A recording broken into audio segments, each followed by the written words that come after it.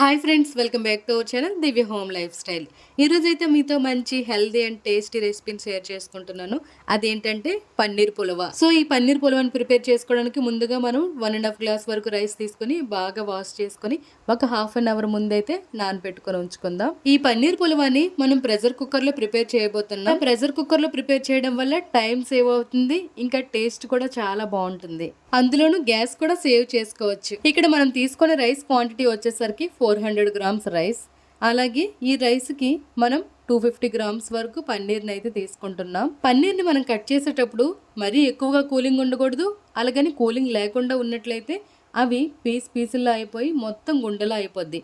So మీడియంలో cooling ఉన్నట్లుగా అయితే పీసెస్ అనేవి చాలా నీట్గా కట్ అవుతాయి. ఇక్కడ పన్నీర్ని మనం కట్ చేసేటప్పుడు గుర్తుంచుకోవాల్సిన విషయం ఏంటంటే, పన్నీర్ని కట్ చేసేటప్పుడు మీడియం సైజులో పన్నీర్ కట్ చేసుకున్నట్లయితే పన్నీర్ పులవ అనేది టేస్ట్ బాగుంటుంది. ఇంకా మనం పులవ తినేటప్పుడు ఈ పీసెస్ తగులుతుండగా పన్నీర్ పులవ తింటున్నాం అనే సాటిస్ఫాక్షన్ కూడా ఉంటుంది. సో ఇప్పుడు లేట్ చేయకుండా పన్నీర్ పులవ ప్రిపరేషన్ అనేది స్టార్ట్ చేసేద్దాం. ముందు స్టవ్ ఆన్ చేసుకొని స్టవ్ పైన కుక్కర్ని అయితే పెట్టుకుందాం. ఇప్పుడు కుక్కర్ కొంచెం హీట్ అయిన తర్వాత ఇందులోకి 2 టేబుల్ స్పూన్ ఆయిల్ యాడ్ చేసుకుందాం. ఆయిల్ లైట్గా హీట్ అయిన తర్వాత కొంచెం సాల్ట్, కొంచెం కారం, కొంచెం పసుపు యాడ్ చేసుకొని ఆల్రెడీ మనం కట్ చేసి పెట్టి ఉంచుకున్న పన్నీర్ పీసులు కూడా యాడ్ చేసుకొని ఫ్రై చేసుకుందాం. పన్నీర్ పీసుల్ని ఫ్రై చేసేటప్పుడు ఫ్లేమ్ని లో టు మీడియంలోకి అడ్జస్ట్ చేసుకొని మిక్స్ చేసుకుంటూ ఫ్రై చేసుకోవాలి. లేదంటే అడుగు పట్టేసి పన్నీర్ చిన్న చిన్న పీసులుగా అయిపోతుంది. ఇలా ఫ్రై చేసినప్పుడు సాల్ట్, పసుపు, కారం యాడ్ చేయడం వల్ల పన్నీర్ పీసులకి సాల్ట్, కారం బాగా పడుతుంది. పసుపు యాడ్ చేయడం వల్ల అడుగు అనేది పట్టకుండా బాగా ఫ్రై అవుతుంది. వీడియోలో చూపిస్తున్న విధంగా పన్నీర్ పీసులు అనేవి లైట్ గోల్డెన్ కలర్ లోకి వచ్చినంత వరకు కూడా ఫ్రై చేసుకొని వేరే ప్లేట్ లోకి అయితే తీసుకుందాం. ఇప్పుడు ఇదే కుక్కర్ లో మనం బిర్యానీ తాలింపు కోసం ఆయిల్ ని అలాగే 2 స్పూన్స్ నెయ్యిని కూడా యాడ్ చేసుకుందాం.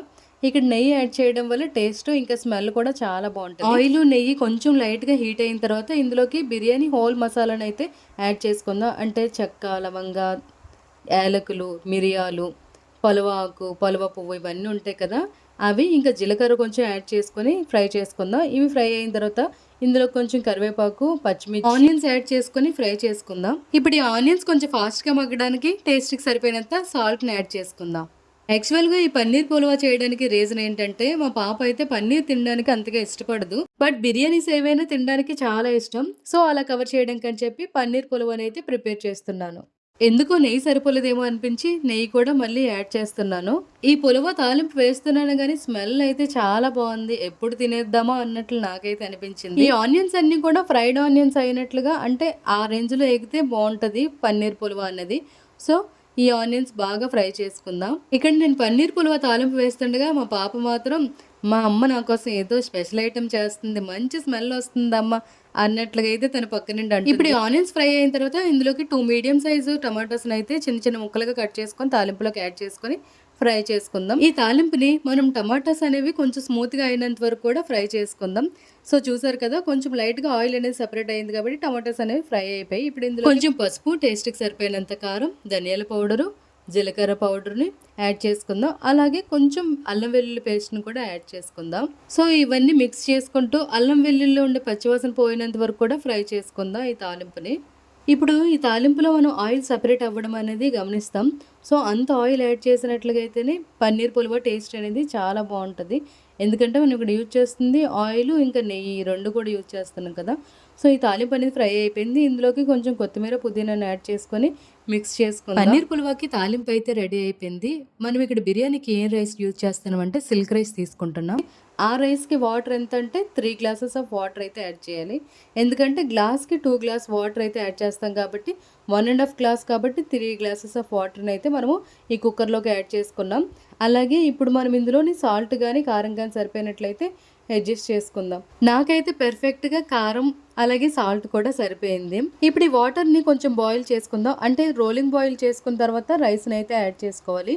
ఒక 5 మినిట్స్ వరకు వాటర్ అనేది బాయిల్ అయిన తర్వాత, సో ఇప్పుడు వీడియోలో కనిపిస్తున్న విధంగా బబుల్స్ అనేవి వస్తున్నాయి కదా, అప్పుడు మనం ఈ రైస్ని అయితే యాడ్ చేసుకుందాం. ఇక్కడ మనం తీసుకున్న రైస్ వచ్చేసరికి 1.5 గ్లాస్ రైస్, ఇంకా 3 గ్లాసెస్ ఆఫ్ వాటర్ తీసుకున్నాం. రైస్ని కూడా హాఫ్ అన్ అవర్ వరకు మనం నానబెట్టుకొని ఉంచుకున్నాం కదా. సో మనం ఇక్కడ 2 విజిల్స్ పెట్టుకున్నట్లయితే సరిపోతుంది. మరీ ఎక్కువ విజిల్స్ ఉంచేసినట్లుగా అయితే రైస్ అనేది కొంచెం మెత్తగా అయిపోయి టేస్ట్ అనేది అంతగా బాగోదు. రైస్ యాడ్ చేసుకొని మిక్స్ చేసుకున్న తర్వాత ఇప్పుడు ఇందులోకి ఆల్రెడీ మనం ఫ్రై చేసి పెట్టి ఉంచుకున్న పన్నీర్ పీసులు కూడా యాడ్ చేసుకొని ఒక్కసారి మిక్స్ చేసుకుందాం. ఈ విధంగా మిక్స్ చేసుకున్న తర్వాత కుక్కర్ క్యాప్ పెట్టుకొని 2 విజిల్స్ పర్ఫెక్ట్‌గా వచ్చినంత వరకు కూడా ఉంచుకుందాం. ఇక్కడ మనం కుక్కర్ క్యాప్ పెట్టినప్పుడు ఫ్లేమ్‌ని మీడియంలోకి అడ్జస్ట్ చేసుకున్నట్లయితే పర్ఫెక్ట్‌గా విజిల్స్ అనేవి వస్తాయి. రైస్ కూడా పర్ఫెక్ట్‌గా కుక్ అయ్యి విడివిడిగా ఉండి టేస్ట్ అయితే సూపర్‌గా ఉంటది. సో ఒక విజిల్ అయితే కంప్లీట్ అయిపోయింది. ఇంకా నెక్స్ట్ విజిల్ కూడా కంప్లీట్ అయిపోయింది కదా! కుక్కర్‌లో ఉన్న ఎయిర్ అంతా పోయినంత వరకు కూడా 10 మినిట్స్ వరకు ఇలా ఉంచుకుందాం. ఇప్పుడు ఎయిర్ అయితే పోయింది కదా! సో ఇప్పుడు క్యాప్‌ని ఓపెన్ చేసేసి టేస్ట్ ఎలా వచ్చిందనేది ట్రై చేద్దాం. కుక్కర్ క్యాప్ ఓపెన్ చేసేసరికి ఒక్కసారి ఆవిరితో స్మెల్ వచ్చింది. నిజంగా ఆ స్మెల్‌కే ఇంకా ఎంత వేగంగా టేస్ట్ చేసేస్తామో అన్నట్టు నాకైతే అనిపించింది. చూడండి అసలు ఎంత పర్ఫెక్ట్‌గా రైస్ అనేది కుక్ అయిందో. ఇలా మంచి స్మెల్, టేస్ట్ ఇంకా రైస్ అనేది చూసారా ఎంత పర్ఫెక్ట్‌గా కుక్ అయింది కదా! ఇలా బిర్యానీ రావాలంటే ఒక్కసారి పన్నీర్ పులవాని ఈ విధంగా ట్రై చేసి చూడండి. టేస్ట్ ఎలా వచ్చిందండి కామెంట్ చేయడం మర్చిపోవద్దే. పన్నీర్ పులవ అంటే చాలా ప్రాసెస్ ఉంటుందేమో, కష్టమేమో అని అనుకుంటాం గానీ, ఎంత ఈజీగా చేసేసాను చూసారు కదా!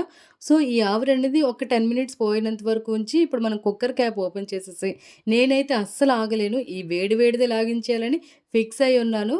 ఇంకా ఎంత ఫాస్ట్‌గా లాగించేద్దామని ఫాస్ట్‌గా ప్లేట్‌లోకైతే వడ్డించేసుకుంటున్నాను. నేనే కాదు నాతో పాటు మా హస్బెండ్, మా పాప కూడా వెయిట్ చేస్తున్నారు. మా హస్బెండ్ ఏమో బయట నుండి వచ్చి ఏదో మంచి స్మెల్ వస్తుంది కిందకి రోడ్డు మీదకి అని చెప్పి, ఏదో స్పెషల్ ఫుడ్ ప్రిపేర్ చేస్తున్నావు కదా! ఫాస్ట్‌గా నాకైతే పెట్టేయి అన్నట్లుగా తనేమో పెట్టేయమన్నారు. బట్ ఫస్ట్ నేను టేస్ట్ చూసాక ఎలా ఉందనేది చూద్దాం. మీతో షేర్ చేసుకుందాం అని చెప్పి టేస్ట్ చేస్తున్నాను. టేస్ట్ అయితే ఉందండి. నిజంగా అసలు మాటలు లేవని చెప్పొచ్చు. అంత బావుంది. సో, మీరు కూడా ఒక్కసారి ట్రై చేసి ఈ పన్నీర్ పులిహోర టేస్ట్ ఎలా వచ్చిందనేది కామెంట్ చేయండి. వీడియోస్ చూస్తున్నారు గానీ లైక్ ఇవ్వచ్చు కదా! వీలైతే మన ఛానెల్ సబ్స్క్రైబ్ చేసుకొని, కుదిరితే ఒక చిన్న లైక్ ఇవ్వచ్చు కదా! ప్లీజ్. Bye bye.